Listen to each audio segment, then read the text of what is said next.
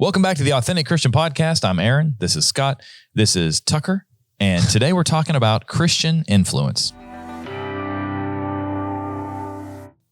All right. So this episode is about Christian influence.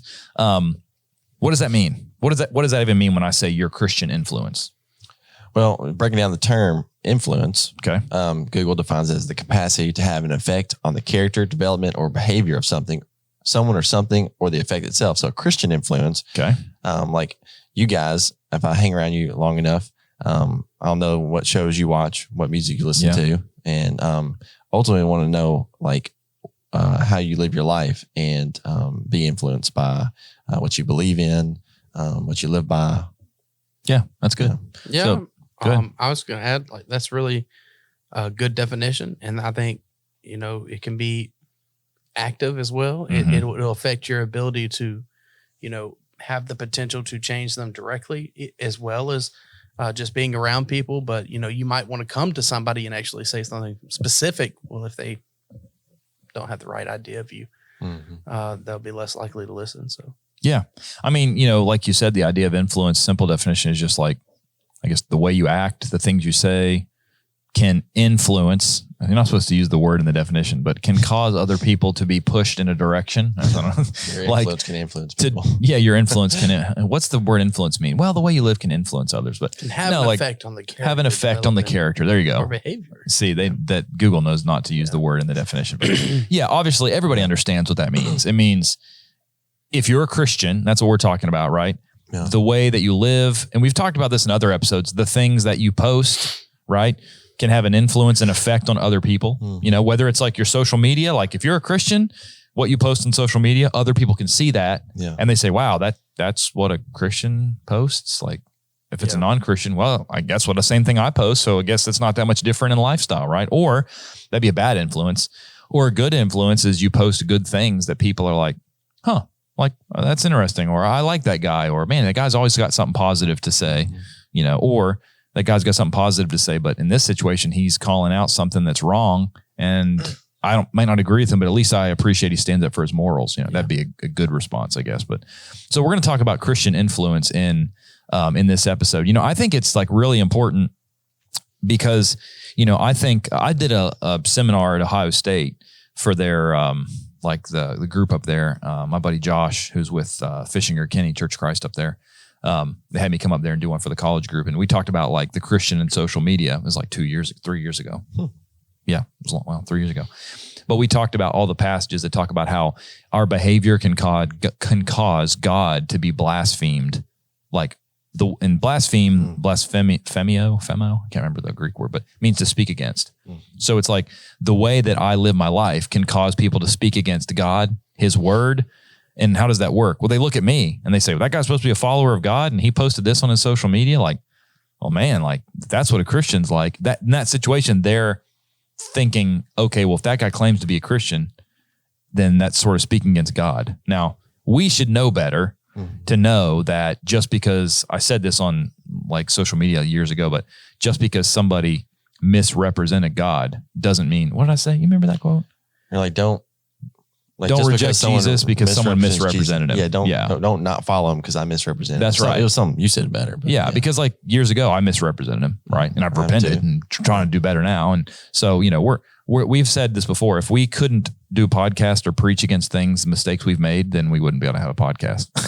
So, but that's the goal of being a Christian. God's forgiving. And so we've tried to clean up our lives, through the, Jesus and his blood and cleansed our sins. And now we're trying to just help others. So we're going to talk about Christian influence, today. So, what are some passages? Because obviously it's a podcast. We use the Bible. What are some passages that you think are applicable or can help us with our Christian influence? Ecclesiastes 7:1. Okay. Well, unless you think everybody out there watching has it memorized, you should. I'll read it. Okay, read it. You can be patient. You just say, you're like, A maybe good that's because name. I'm like, I talk really fast. Too speed. You're like, Ecclesiastes 7:1. I'm like, Dude, I do my best to slow us down. I know, that's probably a good thing. It says a good name is better than precious ointment in the day of death than the day of one's birth. Okay. So a good name is better than precious ointment. Yeah. Yeah. So it means it's good to have a good name, good reputation. Reputation. People speak of you. they generally have positive things to say.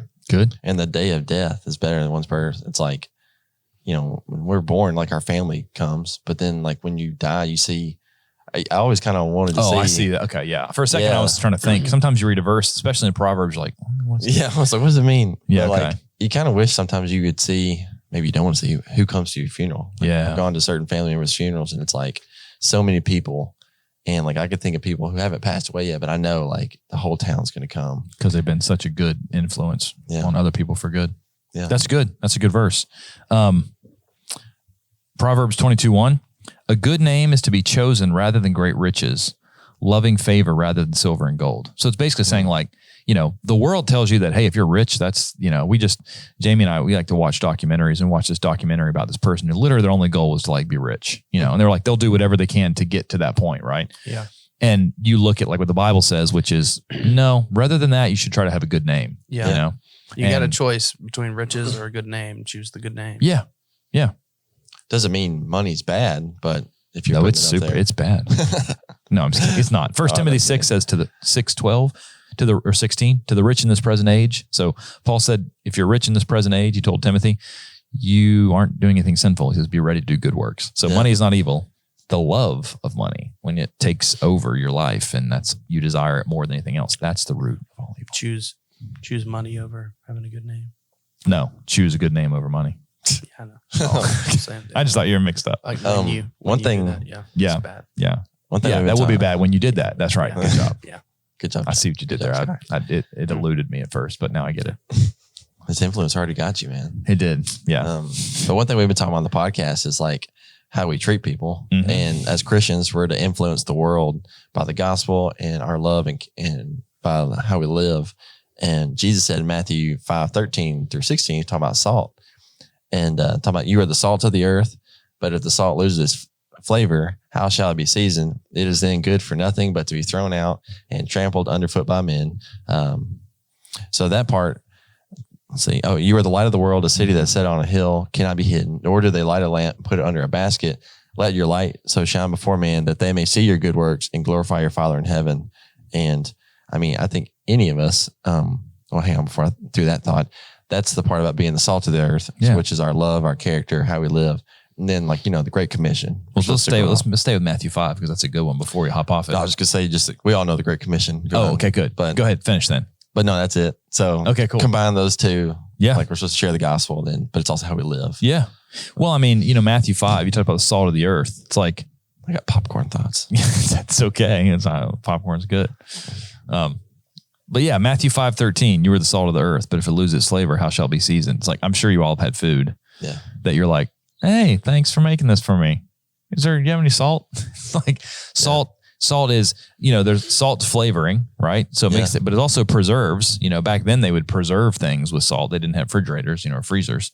And so like it preserves something. And it's kind of like the way a Christian lives their life. Like you should be something that like makes life taste better.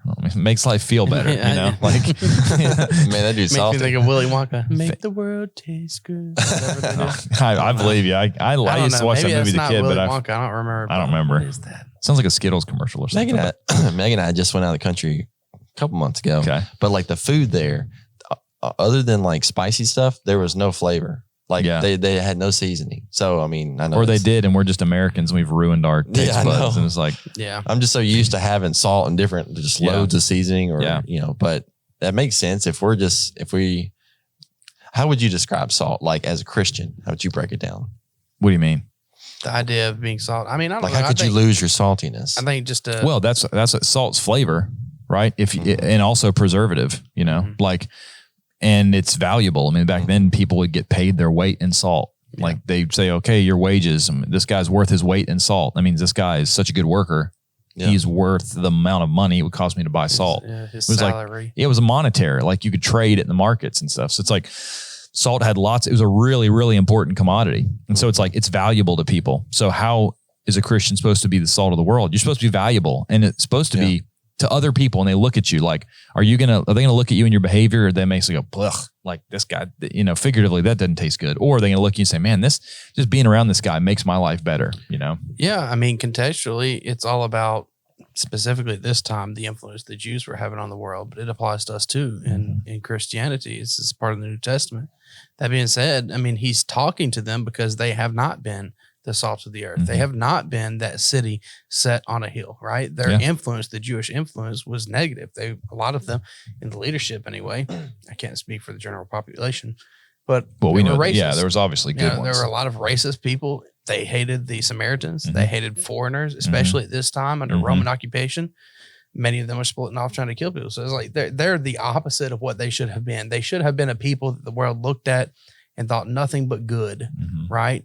If they wanted to know, well, what can we do to have our cities, our nations safer and cleaner, and the people we're taking care of? Well, let's look at this shining example of what the Israelites are. That should have been able to be said, right? You're right. But you look at the history and what they chose to do throughout the Old Testament, and a little bit we can learn about what happened in those 400 years of silence between it and now the New Testament. And then you look at what they did in the New Testament.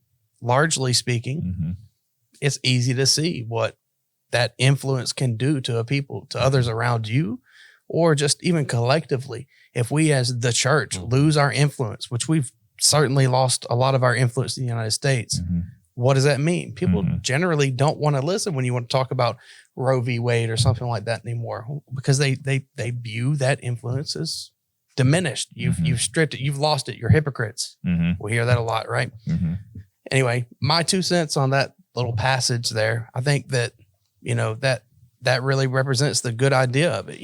If you lose that, he's saying, you're pretty much useless. Well, I think you're here to preserve yourself and help others be preserved, like you're saying, through your influence of being able to teach them the gospel. And when you lose that, what are you good for? Well, I mean, to summarize what you said, you hit the nail on the head, which is the people of Israel were supposed to be a light unto the nations, right? To the other nations, and they didn't do it. And the same way today, the parallel is Christians, we're supposed to be a light to the world. Yeah. And are we? And the answer is, if we're not, then we're not fulfilling our purpose. Yeah. I mean, that's a great application. How many times are we known for our love? Like Jesus prayed. And he talked about they'll know you for what? Your love, one for another. Is that how we're known? Or are we known because such and such did such and such and he made the newspaper? Yeah.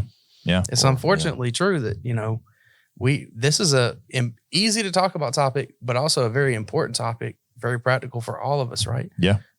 It's serious. If people talk about Christian influence, what do you mean? Here we go. We're going to talk about influence again and why I shouldn't go to prom or why I shouldn't go to this or that. Yeah. It's like, yeah, but you don't understand. Like, the entire purpose of you still existing on this earth after you become a Christian is to help other people to become Christians. Yeah. And that involves repentance. Yeah. Which involves changing your moral behaviors. Sure.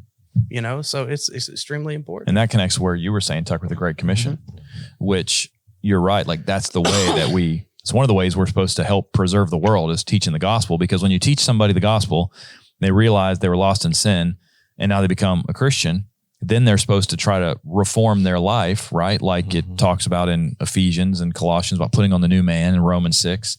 And putting on the new man means we talked about that in, I don't know what lesson it was, but we talking about where maybe it was the one on what we should watch, listen, Christian entertainment, that sort of thing, where you get rid of all these bad characteristics and you try to follow and pursue a new, more righteous moral life as a Christian. And that like purifies the world. It's one person.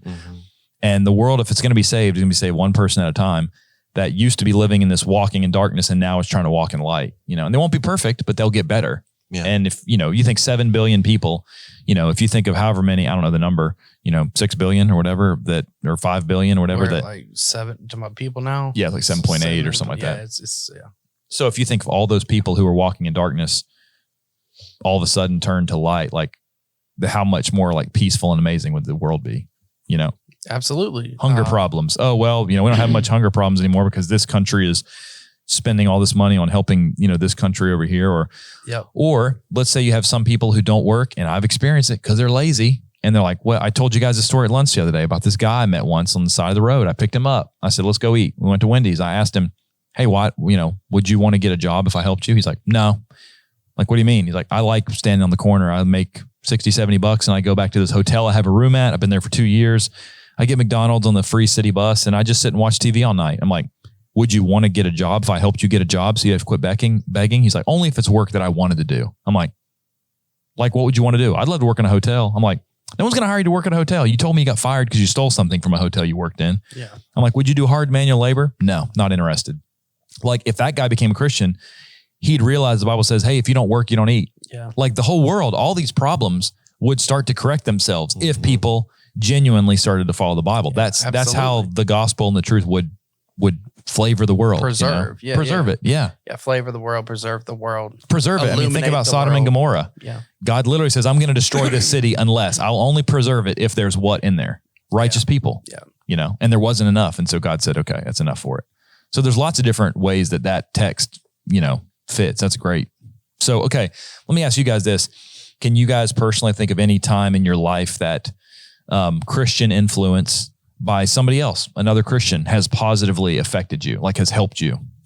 I think of Megan's dad, like literally the other day, he came over and our house has a gas dryer and we're having to cut it off and hook up our electric one. Yeah. Because your clothes are smelling like gas. Okay. And That's starts not good. thunderstorming. Yes. They probably catch on fire too. It saves you money, but then your clothes smell like gas. Yeah. But he's always been there just to be like, if you need me, I'm there. Mhm. And like literally he gets we have a conventional house. Okay. So he gets under our house and is like going around. Crawl space. Crawl space, yeah. Which I've had a couple houses of crawl space. That's the most enjoyable place to hang out because you're never worried about spiders and lurking in every corner. I say it was cold down there, but then all of a sudden this huge thunderstorm comes. He's under the house and fixing and everything, and he's just him and I see where Meg gets it from. Yeah, just him and his Mr. Larry and Miss Donna, but he's always been there.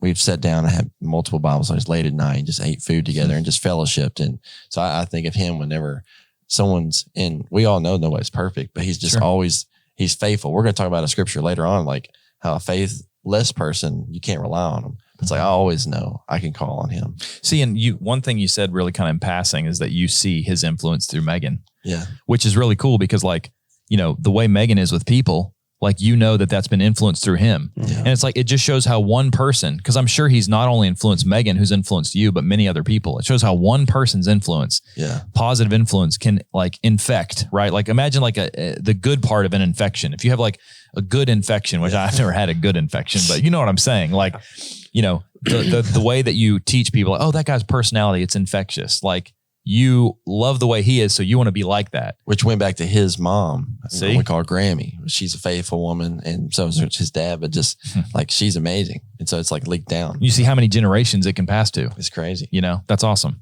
What about you? I've had a lot of you can mention more than one, so because I got like 4. I can think of when I first converted. Mm-hmm.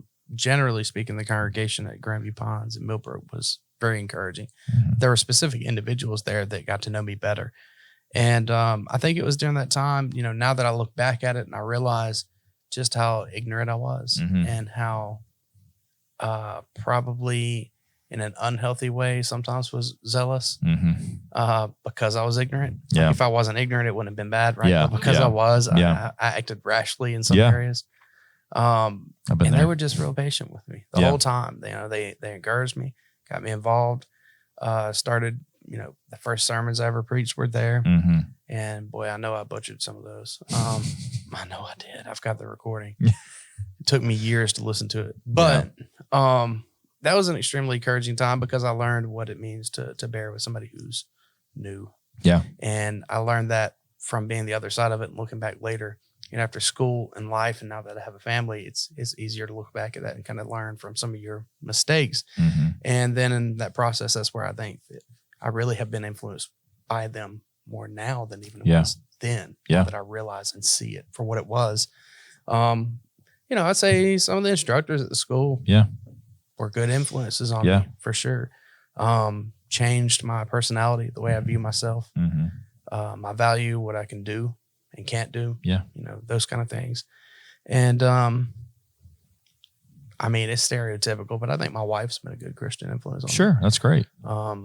You know, we all have problems and I know her problems. She knows mine, but she's got a lot of patience and dedication.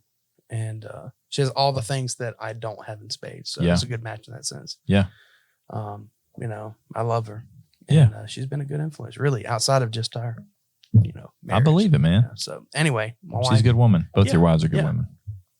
You know, I think So is yours. Thank you. I think, I think sometimes, like, I don't know why I think about this, but like when sometimes we'll talk and people will be like, man, the podcast is awesome. And I'm like, oh, thank you very much. But I also like think this is a cool opportunity for us to identify people who've been like foundational in getting us to where we're at today, who like are behind the scenes that like never get credit, So like, I have That's a a good list. thought. Number one, like my dad, right? So like my dad, I've talked about this before. The one thing I remember lots of things, but if I had to say as far as influence and spirituality, I remember coming down the stairs to get ready. Like it'd be Sunday morning or school. And I'd be like, they wake me up at 6 and I'd sit up in bed and be like, I'm awake. And then they'd walk out the door and I'm back asleep and they'd come in and wake me up at 7 and I'd be like, why didn't you wake me up? I'm gonna be late for high school. And they're like, we woke you up 40 minutes ago. You sat up in your sleep like a zombie and said, I'm awake. I've never done that. Yeah. So, but anyway, like my dad, I'd come downstairs, he'd be sitting in his chair reading his Bible. His Bible's all tattered and torn. And I didn't at that time recognize, wow, his Bible is tattered and torn because he spent so much time in it. I just remember thinking like, man, my dad needs a new Bible. Like that thing looks awful. And now I realize like that is time he spent in it. I think about, growing up in Bridgeport, West Virginia, where I grew up, John Board was the preacher there, who's, I think, the guy that first created AA Ron, because he used to call me that at church all the time when I'm like 11 or 12, like, hey, AA Ron.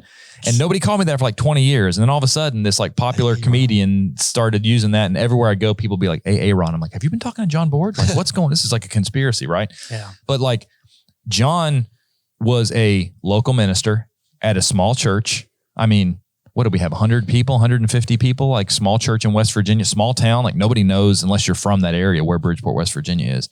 He was just faithful to the Lord in a small town. And I happened to be one person in that congregation that didn't pay attention near as much as I should have. But like he was working with the local congregation. And so like all the local ministers out there that are working, doesn't matter how small your congregation is, like you're influencing people that may travel. And I went from there to North Carolina to Mississippi, and I'm traveling all over the world sometimes now, and I get to influence people because of an influence he had on me. I want to throw out there then, we're going to talk about that. Yeah. Technically everybody that worked at GBN in the years leading up to Sure. before I came up here. Sure. I don't know them. I don't know everybody's name or what they all did. I started here a little over 4 years ago. I was in 2018. You were here when I got here. Yeah. Yeah. I'm just like maybe half a year ahead or Yeah. something like that. But Yeah. the point being, I started watching GBN in 2013. Yeah. Right around the time that I converted. Yeah. I may have watched it, I think, and knew that I was watching it, what it was the night before I called. It was a Friday morning, actually, when I was baptized. But Yeah. the point being, I used it as a resource. It was on cable TV where I was at, and that had a huge influence on me. Yeah. That caught me up because I got to watch sermons and series all day, and Yeah. lectureships and all that. Yeah. And all the people that made that possible. You can't say that wasn't Christian influence affecting people. It's not even directly anymore. Yeah. It's just that, they put that work in that had an influence on me. Yeah. Well, I mean, it had an influence on me because I watched GBN. That's one of the ways that I studied. And, like the whole idea of we're standing on the shoulders of giants, like we're standing able to reach people now because of the people that did the work before. Yeah. And like, WVBS helped me a lot too. Yeah, I used some of their studies. I don't know. I enrolled in World Video Bible School's like online school. And I remember, watching like the Matthew course with Denny Petrillo and Chuck Horner. I watched and the old one on VHS. Yeah, that's what I'm I saying. had the VHS. Well, I didn't have VHS, but it was old. Yeah. But the content was fantastic. Yeah, it was good. It's kind of like someone saying like, well, it's old. That doesn't mean it's not good. Like the New Testament's 2,000 years old. Yeah. The So, text didn't change. No. So, I remember that. I remember I've got some more. You guys, I'm going to go through my list so you can add to yours, but I will say that if it, you two, we're brothers and we've had our ups and downs, but we've been there for one another, and you guys have been there for me. And I will say, if it wasn't, I think from working here and being and doing the podcast, like my like Bible knowledge has like grown exponentially, like things that I don't think I would ever have known, like the early writers and different things. Now they weren't inspired, but Sure. But anyways, but doing this podcast, but like just outside of that, just hanging out with you guys and learning what it means to be a Christian brother and loving one another. And like, that'll always affect me. No, I appreciate you, man. You've been a big influence as well. You've, if you've watched this, you've probably seen my personality as like a type A, and like I like Tucker, can you do this? Can you do that? Scott, can you do this? And both those guys have been like, absolutely. So like you guys have taught me more about, being like a servant, and because I'm normally bossing people around. Well, you are a manager. We've been very good servants, is what you're saying. And through that process, you've learned what service. It must be for what true service to live like. What true service is. Where you're like me, I'm like, no, you do that. No, but. Yeah.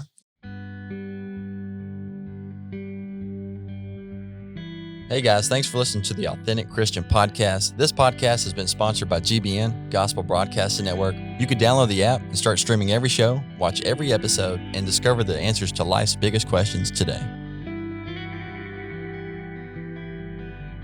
So I grew up in West Virginia. I've talked about this. I moved to North Carolina in 2008. I was in the Raleigh area for like 2008 till 2018.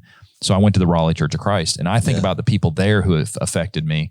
And, I've talked about this. I was unfaithful in my early, like from the time I graduated college, I lived in Morgantown, West Virginia for a year where WVU is. And then I moved in 2008 to, I think I just said that a minute ago, but to North Carolina. And so I was going to the Raleigh Church of Christ, and there was a lot of guys there that really, like behind the scenes, have made impacts on me. Like Adam Hudson. I've talked about Adam before. He's one of the elders. He was an African-American elder that every time he got up, he just talked about the Old Testament. I'm like, man, that guy knows so much about the Old Testament. So I went up to him one day and was like, Adam, like, will you teach me? And he's like, what do you want to learn? I'm like, whatever you think I need to learn. Like, I know that you probably know what I need to learn more than I do. And so he spent I went and looked once. It was like 5 years of like almost every week we'd get together for like 2 or 3 hours, and he would just, we took weeks off here and there when I travel for work. He would just teach through the Old Testament. He had me read it and then he'd explain it. I think about one of the shepherds or elders or pastors. It's all different words to cover the same thing. We'll talk about in another episode, named Mac Safley, right? So Mac would email me every Sunday that I wasn't at services. Even when I was I covered the whole East Coast for this biotech company. And so I traveled all the time. Well, that's also a convenient excuse when you miss worship. I'm not saying I lied about it, but what I'm saying is like, he'd be like, hey, hang in there. I'd be like, oh, I'm traveling for work. But even when he knew I had a reason because I was out of town, he still emailed me, and he would keep, like, that's the idea of a shepherd. Like, you're watching over the sheep, and that congregation's like 300 people. And Max still, almost every Sunday I was gone, sent me an email. I even, before we started this episode, got in my email and searched his email, because I remember he would always send me the subject line would always be so weird. I'd be like, what's like potato salad? Like, what's you want to talk to me about potato salad? And I'd open it up and it'd be like, Aaron, hang in there. LMS Junior, right? And so like I went back and looked at some of the titles. These are some of the email subject lines: bears, sky, apple, mango trees, toes, blue jeans, rifle, potato, radishes, life, nerves, and aardvarks. What? I just searched I got your attention. Yeah, because that's exactly what he did. It was very clever. It's clickbait. Maybe. Yeah. No, but it was like the original clickbait, because I'd be like, aardvark, what's Mac want to talk about aardvarks with?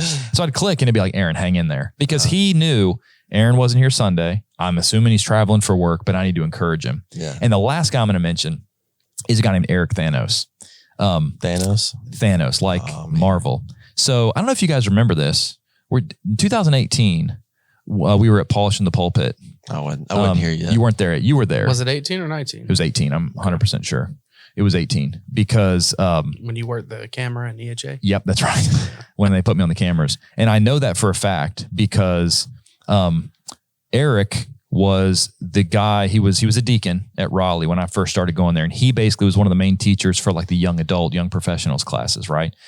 And he was probably the biggest encourager of me, because no one else I say no one else. Everyone probably saw it. But he was the one that saw me like slipping in attendance and saw me not being there. And he would always like reach out. He'd try to get me to come to the youth events, like young adult events, like come to like they'll go out to eat, they go bowling. Yeah. He would give me books to read. And anyway, he's one of the people that really, like, no one else other than me talking about this, except for people in Raleigh who knew him, ever know who this guy is, right? But he was just this quiet, like in the whole scheme of things, faithful man who was a deacon. He was a definition of a servant. And I don't know if you remember this, but when I was at PTP in 2018, he had a heart attack while we were there.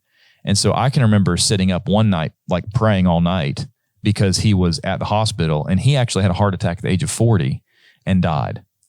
And so like, if you didn't know him before then, like you'll never meet him now on this side of heaven, right? But he, man, influenced me so much and would always encourage me. And so like without him, like I know God's providence and God could use different people, but when I think back to like when I was in a really pivotal point in my faith where I was unfaithful, I was unfaithful, but I'd pop in and out, and he was the one that encouraged me. And so he was one of the main influences that sort of like righted me, you know? And so he's got 3 boys that I don't know if they'll watch this or not, but like, you know, they got to know their dad. He was younger, or they were younger. You know, I think, Logan and Logan was the oldest, but they got to know their dad. But then, you know, I think maybe Logan was 12 maybe when it happened. So like, but if they ever watch this, I want them to know that like their dad is one of the reasons like I'm sitting here. And it's just one guy in one congregation that took an interest in somebody else, and the ripple effect. It's like, you know, the butterfly effect, right? Where one action here can influence like so much more. And so like, just know your Christian influence can reach further than you ever think it will, you know? I mean, not my story personally, but I suppose I could say that he was one of the biggest Christian influences on, you know, way back when Garland Elkins started the congregations up in Virginia that ended up converting Alicia, you know? So in that sense, he started Salem where Eddie was and left. I don't know where he's at now, but that's where Alicia's home congregation was. Wow. You know, up there in Virginia. Yeah. And, Eddie is the one I think that taught her and her brother, but he wouldn't be there if it hadn't been for Salem. So, you know, you can go back, look down that line. You say, well, you know, the work that Garland and Corrine did over in Virginia way back when led to those congregations, which led to my wife being converted, which led to my children. You know, I mean, their lives are precious to me. Yeah. So that's a big Christian influence affecting my life. Absolutely. Absolutely. Well, that's great. Okay, let's look at some more verses. What are some different... Okay, we talked about that. We talked about great positive Christian influences. How, you know, Proverbs talks about it all the time, about how smiles, good news impact your mood, good is remembered. Proverbs 13:20, how companions can influence you for good or for bad. So let's talk, we talked about the good. What about the bad? What are some ways that maybe the Bible teaches negative influence? And I mean, if you want to give examples, like probably don't need to give names, but like, and probably speak general if you want, but like we've said this before, the church is not made up of perfect people, right? It's made up of imperfect people who make mistakes. And if they repent, we forgive them, right? But we know that there's been bad influences, not, you know, in the scriptures, obviously, but what are some negative ways that influence can affect? I know Ecclesiastes 10:1. Okay. I'll lead that up. It's like dead flies putrefy the perfumer's ointment and cause it to give off a foul odor. That's what every woman wants for Valentine's Day is Stinky perfume with dead flies in it. Ugh. Yeah, No, buddy. that's a gross, ugh, you know? You sleep on the couch. They use the whale snot or whatever to make it too. I don't You know know. what I'm talking about? No, I don't. Ooh, yeah, look into that. That's Okay. gross. But then the last part, those snails. But so does a little folly to one respected for wisdom and honor. So does a little foolishness to one respected for wisdom and honor. So if a person's acting foolish, if I start acting foolish, especially like if I do it on social media or my life, they're like, this dude doesn't have any credibility. So I'm not going to go to him for that. Yeah. And Well, continue. I just have a thought. I was just say It's so hard. It's so hard for me not to interrupt. No. Oh, I know. It's because You know, if you watch the podcast, you're like, I know Look, it. a one-on-one conversation. Master speaketh.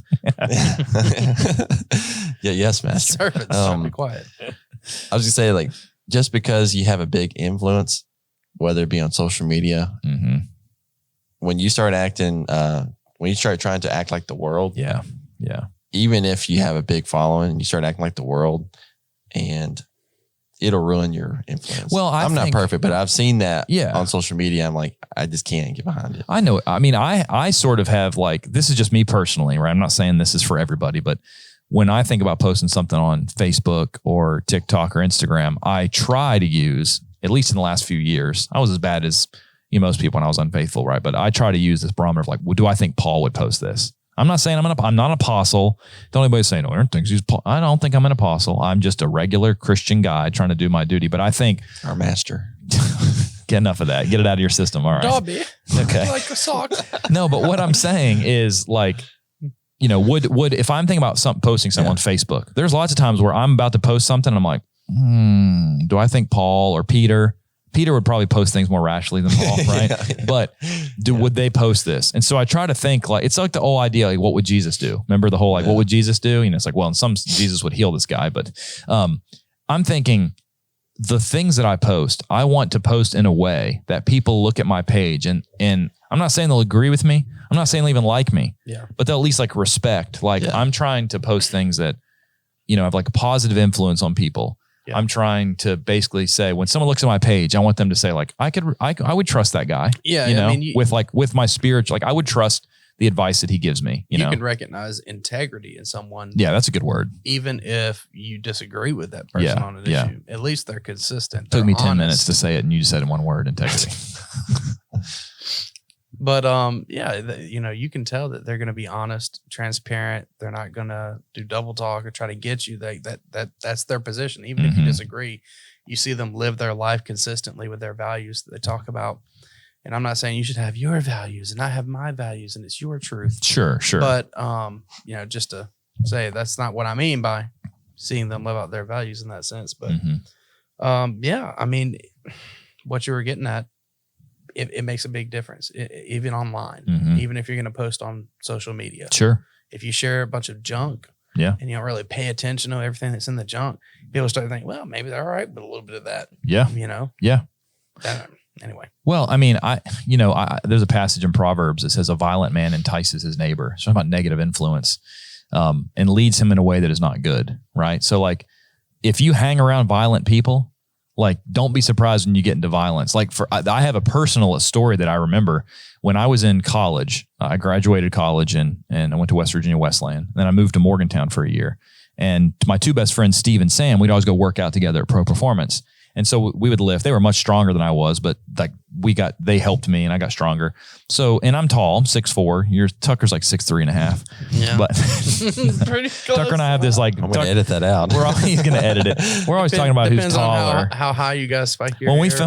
filmed, Tucker's hair is always higher, but when we filmed Campfire Stories, I knew there was a shot where it was going to be all of us from behind. And I knew in 2 weeks when Tucker edits this, the first thing he's going to think is who's taller. So I found a tree root and put my heels on the tree root and stood up taller. And so whenever like weeks later he went to edit it, I remember me telling him, he's like, you're so much taller. And I'm like, I told him and he was like, whoa. But anyway, so I'm tall. Me and Tucker have this like joke about who's taller, but anyway, that's okay. So back then, you know, me, Sam and Steve in Morgantown were my two, you know, best friends back then. And, Sting was a guy Sam went to school with. So we were out eating somewhere and it was getting late in the night and they had like a bar next to where you eat, right? And so one of Sam's friends, so it's me, Sam, and Steve, and one of Sam's friends, who's this real little guy, I'm not going to say names, but he like went over and was like talking to these other group of guys. And he comes back over to us and he says, hey, those guys want to fight us. And I said, fight us? What do you mean fight us? We didn't even talk to them. You mean fight you? You mean fight you? They want to fight you because you're over there running your mouth. Yeah. But like the story is this guy was a person who was looking for a fight. And so all of a sudden he's trying to drag me, Sam, and Steve. Luckily, me, Sam, and Steve, even though we're like big guys, none of us ever wanted to fight. We're like, nah, man, we're good. Like you can fight him. We're going to keep eating our dinner. Yeah. But it was this idea. He was Proverbs 16:29. He was a violent man looking for a fight. And he thought, well, I got these 3 guys that are my buddies that are big over here. We're gonna whoop up on them. And we're like, no, we're good. We don't want to fight you. Like he said, he'll go outside. Yeah, like you can talk to him, but we're eating our dinner, you know, at like Cheddar's or something. Yeah. So it's like Cheddars. Yeah, Just a vow, whatever he said. Great burgers. But no, like it's this idea that like your company, it's like, you know, story. Some people can say, well, that's not relevant. But I mean, the company that you keep, the influence, they're going to influence you. So it's like when you're people from the world, he wasn't a member of the church.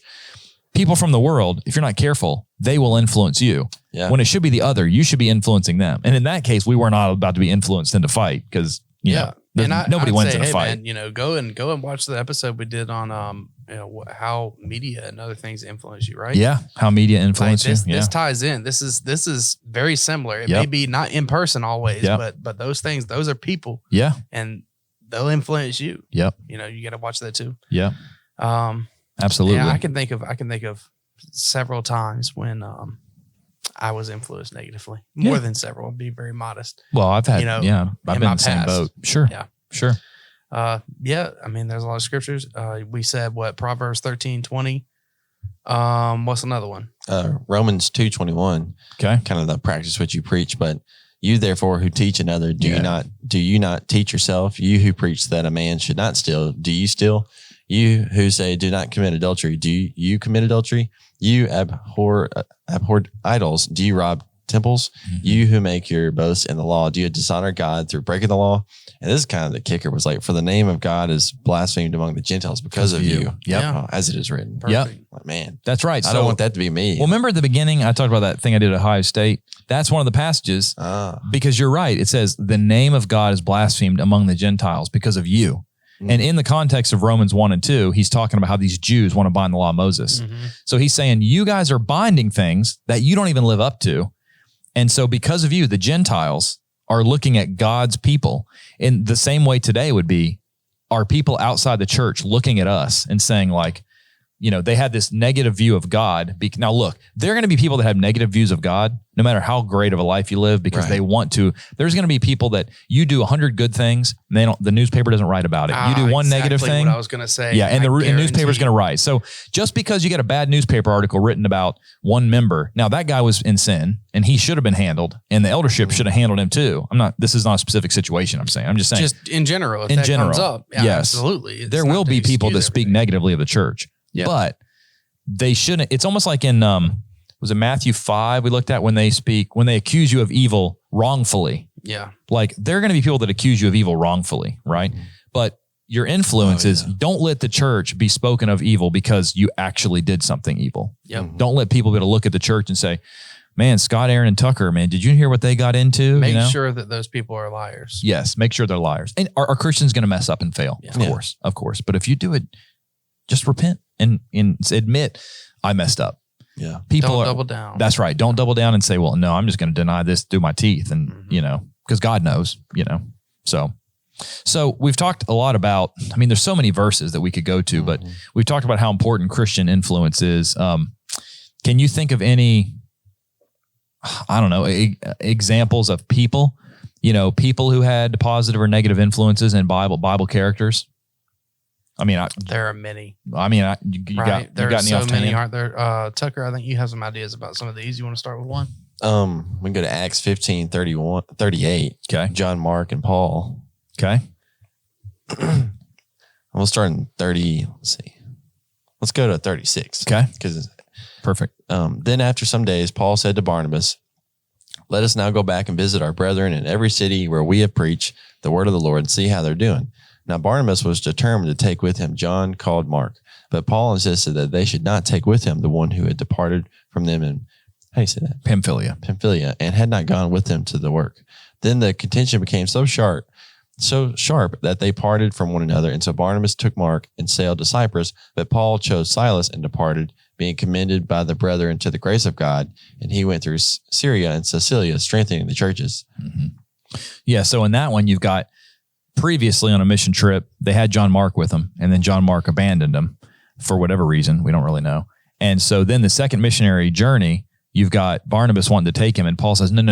I had a bad experience with him, right? Now, luckily they go on two separate trips, and they both accomplish the gospel. Yeah. And then later in Second Timothy, he says, 2 Timothy 4, where he says, like, John Mark is useful for me. Yeah. So it's like, that's an example where he had a bad influence, but he was able to correct it by living a faithful life. Maybe Paul's influence on not taking him maybe helped him grow. Yeah. Maybe Paul speaking up and saying, hey, look, man, I can't trust you. Maybe it helped him grow. Yeah. 2 Timothy 4:11, only Luke, this is Paul in prison. Only Luke is with me. Get Mark and bring him with you, for he is useful to me for ministry. Yep. So years later, he says, hey, bring him with me. He's useful. There's a lot of layers. Influence in this one passage. The influence of like Barnabas. That's right. And Paul's influence, Barnabas's influence, John Mark's influence, both negative and positive later. Mm-hmm. And then, of course, the influence they had on the other people. Mm-hmm. Well, and who was the one that whenever Paul converted, who's the one that basically took Paul by the hand and brought him in and said, no, you can trust him? It was Barnabas, right? Yeah. Earlier in Acts 15. Barnabas. Because they, even in Acts, they refer to Barnabas is he's the one traveling, but Paul is with him, and they start to shift that. Yeah. Barnabas took Paul under his wing, brought him to the church in Jerusalem. Yeah. made sure people would accept him, and then started going out and doing the work with him, and took the lead until Paul was ready. Yeah. And you think of, I mean, like you're saying, we could just go on for hours about the positive influences, but the influence that Paul had on people, the influence that all the apostles had. I mean, and even the influence that they had, they still led to, you know, all of them except John seemingly being martyred. Well, we were talking about in an earlier podcast, like all the things that Paul went through and the persecution, and yet, you know, he was still faithful. Yeah. Yeah. I've learned Philippians 4:13. No. Content in all circumstances. No, Philippians 4:13. You're thinking all things. I could do all things. All things through Christ who strengthens me. Yeah. And content in all circumstances. So I can find it. I think that's in Philippians. Content. There's some preacher out there. These guys will know what they're talking about. They got a podcast. They can't remember this verse. Philippians 4:11. Oh, so it's 2 verses off. There you go. Philippians 4:11. Not that I speak in regard to need, for I've learned in whatever state I'm in to be content. Like even in 2 Corinthians 11, where you're floating in the sea for a day and a night, you know, like, I mean, so it's like, yeah, wow, Paul, like if you can be content in all circumstances, when my AC goes out in my car, I can be content. Yeah. Like, yeah, man, I try to remind myself of that every day. And I do my best to impart that in my family as well. You know, my children are 5, almost 4 and 8 months now. And you start to see their personalities come out as they get older, of course. Man, I know right now that my children are spoiled. Yeah. They're spoiled. I mean, first world country, they don't understand the concept of not having anything on demand. Yeah. Just like even food, it's like, I don't like this. I want something different. It's like, no, you know, and that's very basic. We're talking about Paul here, who went through hard things. First world problems. And we're trying to teach our kids to be content with their macaroni and cheese and chicken crackers, because they don't, and not cookies. I didn't want chicken tenders tonight. I wanted a corn dog or whatever. Yeah. Yeah. It's very minor compared to that. So it's you know, the way that, what I'm trying to say is the way that you handle yourself in those situations are going to affect your influence as well. And I have to teach my children about those principles early on, I think. Yeah. So that as they grow, they have that influence. I personally, as far as being content, like I remember some of the first mission trips I went on to Africa and Central America, Honduras, and seeing what the rest of the world is like. I mean, when I went to Africa for the first time, I remember I was like, I feel like I'm in the first century, like no electricity, like, and I remember like then coming back to America, it made me put things in perspective, you know, like whenever I'm traveling and I get put in like a sort of a seedy hotel, that I'm like, man, I'm glad I have my pistol with me. Like, I'm not like, wow, this hotel's horrible. Like I've heard some preachers, you know, like be like, oh, this hotel they put me in was horrendous. You know, they didn't have like a 5-star buffet. You know, I'm just kidding. They didn't say that, but it's like, when you have things to perspective to compare it to, it's kind of like those videos where it's like third world, like they have people in third world countries read things we complain about. Like I remember this one, it was like third world kids read first world problems. And it was like this like very skinny, you know, guy probably in, you know, I don't know, Africa or Middle East. And he said, I hate it when my iPhone charger doesn't reach all the way to the bed. And it was like, what Americans complain about, which is like, you know, I really wish I had a 10-foot iPhone charger so I could plug it in and still sit comfortably in my bed. And it's this person here who is in a mud hut that's 10 feet across and doesn't have electricity. And we need to remember that in America. Like I tell my wife when I take a hot shower, I always tell my wife, like, you know, like we're so lucky to have, this is one of my favorite things, a hot shower. And I always like to think, you know, no Roman emperor ever got to enjoy a shower the way I did. Alexander the Great. Wow. Now, maybe Alexander the Great had a slave that heated up water over a fire and then poured it with like I don't think he did though. I mean, I think that like Romans, they were in hot baths, right? They would heat up stones and drop it in the water. But when you take a shower, a hot shower, think about the fact that like you're probably experiencing something that no pharaoh of Egypt ever experienced, like no emperor of Rome ever experienced. And you get like air conditioning. Yeah. Yeah. I'm pretty sure nobody's experienced that. Yeah. Yeah. That's a pretty big one for us here too in the South, right? I can't even imagine life without it, but it was just my mother's generation that grew up without things like that. That's right. You know, the best they had was a window and a ceiling fan. And that itself is a big improvement over what our Christian brethren had to deal with in the first century. Yeah. And think about all those things and think about how easily sometimes the devil has wooed us into just like, all the technology that we have, you know, well, we can open up 15 different streaming services and watch this and that and this and that. And it's like, want more. And we always want more. And you know what it keeps us away from doing?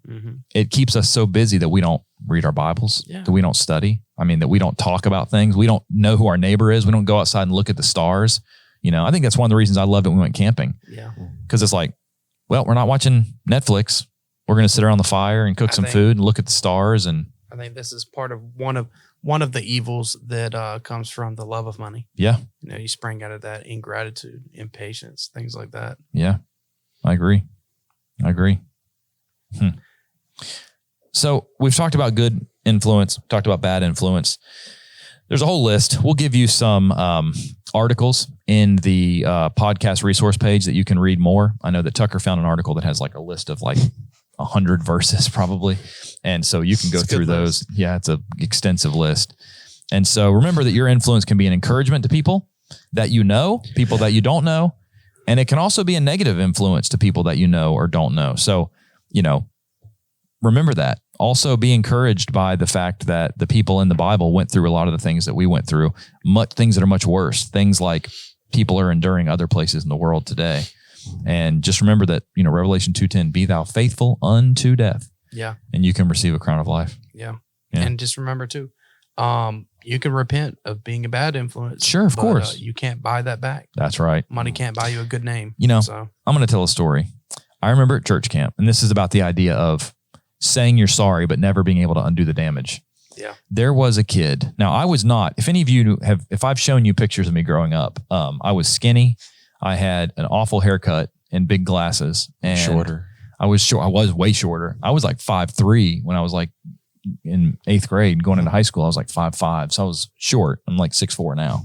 Tucker's like 6'3.5". But I remember I was at church camp one summer and there was this guy. I was not popular, right? So it wasn't until later in life where I was like actually got courage to talk to people and stuff, like in college. And but I remember for some reason there was this kid at church camp, right? It's a church camp. I'm supposed to be a Christian at church camp. And there was this one guy who was a nice kid and he was always like trying to hang around me. And of course I wanted to hang around the cooler kids, but he just really got on my nerves. And I remember one time telling somebody how annoying he was. And I remember that as I said it, I looked and he was standing right behind me. Oh. And he never said a word. He walked away. And I chased him down and said, man, I'm so sorry. I'm so sorry. Please forgive me. But guess what? The damage is done. Like, I'm assuming he forgave me because I told him I was sorry and I repented. But, you know, I don't even remember his name. Like, I don't even remember if he texted me right now or messaged me on Facebook, I wouldn't remember who he was unless he told me that story because I was like, I don't know, 14 or something like that. But that's the idea. You can do something that you can repent of, but your influence can be damaged forever. There's so many people in college that I wish I could go back in a time machine and be a more faithful person and reach and show them what a Christian should live like, because I didn't live like it in college. You know, like you can repent, you can get right with God, but there are opportunities that you'll never get back. You know? Yeah. The point is, you know, your reputation, your name is a precious commodity. You got to protect that. Yeah, absolutely. Any concluding thoughts? No, I think what you guys said was best. Okay. What you said was best, I think, too. So, all right. Well, thanks for joining us on another episode of the Authentic Christian Podcast, where we talk about Christian influence. Go out and be a good Christian influence, be the salt of the earth, the light of the world, and we'll see you back next episode on the Authentic Christian Podcast. Thanks for watching.